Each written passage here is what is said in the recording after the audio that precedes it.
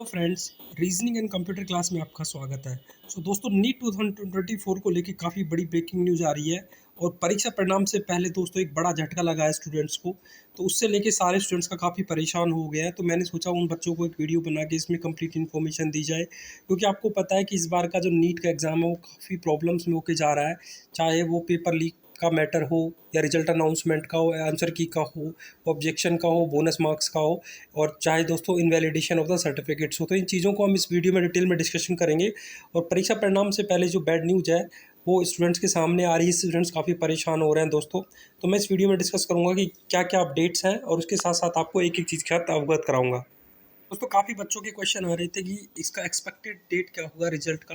तो दोस्तों, expected date इसकी है अराउंड 12 जून 2024 को। तो ये माना जा रहा है कि जो नीट एग्ज़ाम का जो रिजल्ट है इस बार वो 12 जून तक आ जाएगा। लेकिन 12 जून के आने से पहले लॉजिकली क्या होगा, सबसे पहले इसकी ऑफिशियल आंसर की आएगी, और आंसर की के बाद लगभग 7 या 8 दिन का टाइम दिया जाएगा आपको ऑब्जेक्शन रेज करने का।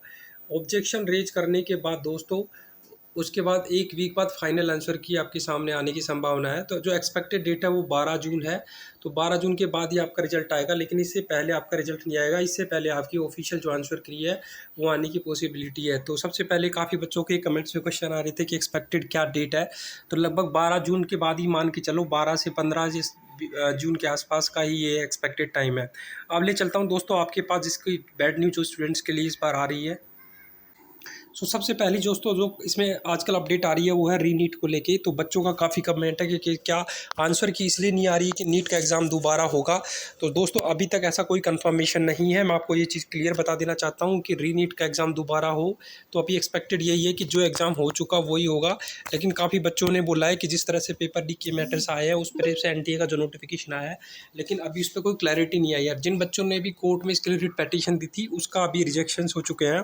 तो अभी एनटीए इसी फिराक में है कि वो ये जो एग्ज़ाम है इसको ना कराए और दोबारा से एग्ज़ाम कराने की कोई पॉसिबिलिटी ना रखे। तो जो बच्चे ये पूछ रहे हैं कि क्या रीनीट एग्ज़ाम होगा, तो मैं आपको बता रहा हूँ अभी तक की जो एक्सपेक्टेड न्यूज़ है और जो करिकुलम है आगे का मैं अभी बता नहीं सकता। रीनीट का एग्ज़ाम दोबारा नहीं होगा, इसी एग्ज़ाम का रिजल्ट पब्लिश किया जाएगा।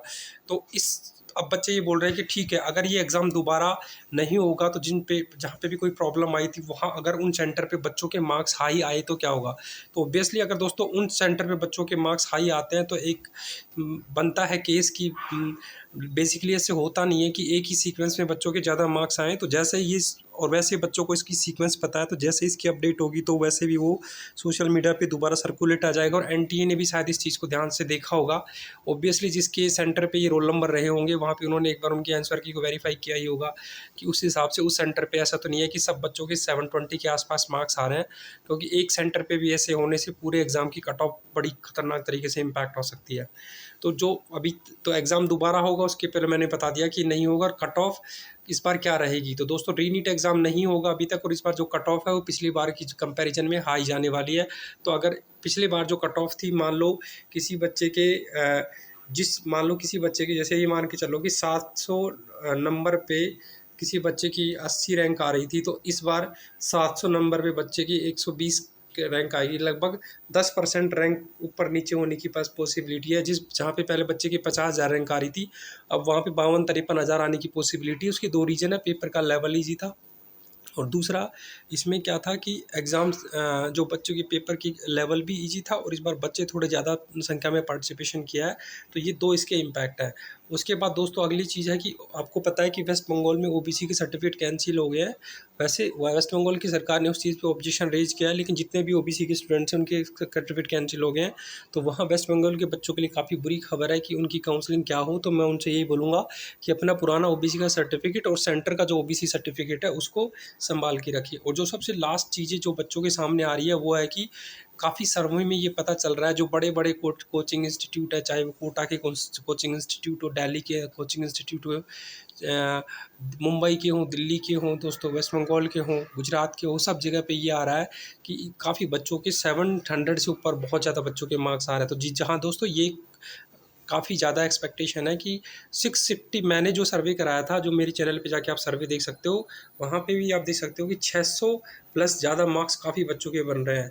इसका मतलब ये एक्सपेक्टेड है कि इस बार कट ऑफ थोड़ी हाई रहने वाली है, और ये भी सर्वे में माना जा रहा है कि लगभग 25 बच्चों ने ये क्लेम किया है कि उनके 720 आउट ऑफ 720 आए हैं, जो कट ऑफ को काफ़ी ऊपर बढ़ा सकते हैं।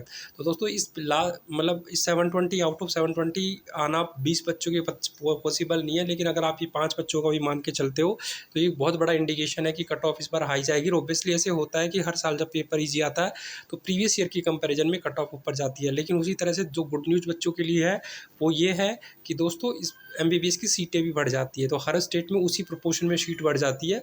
तो जिन बच्चों का सिलेक्शन जैसे 500 नंबर पे हो रहा था, इस बार 560 पे होगा, लेकिन उतनी MBBS की सीटें बढ़ गई हैं। तो दोस्तों ये थी कुछ अपडेट जो मुझे लगा आप बच्चों के साथ शेयर करनी चाहिए, और मिलता हूँ नेक्स्ट वीडियो में नई अपडेट के साथ। तब तक के लिए जय हिंद।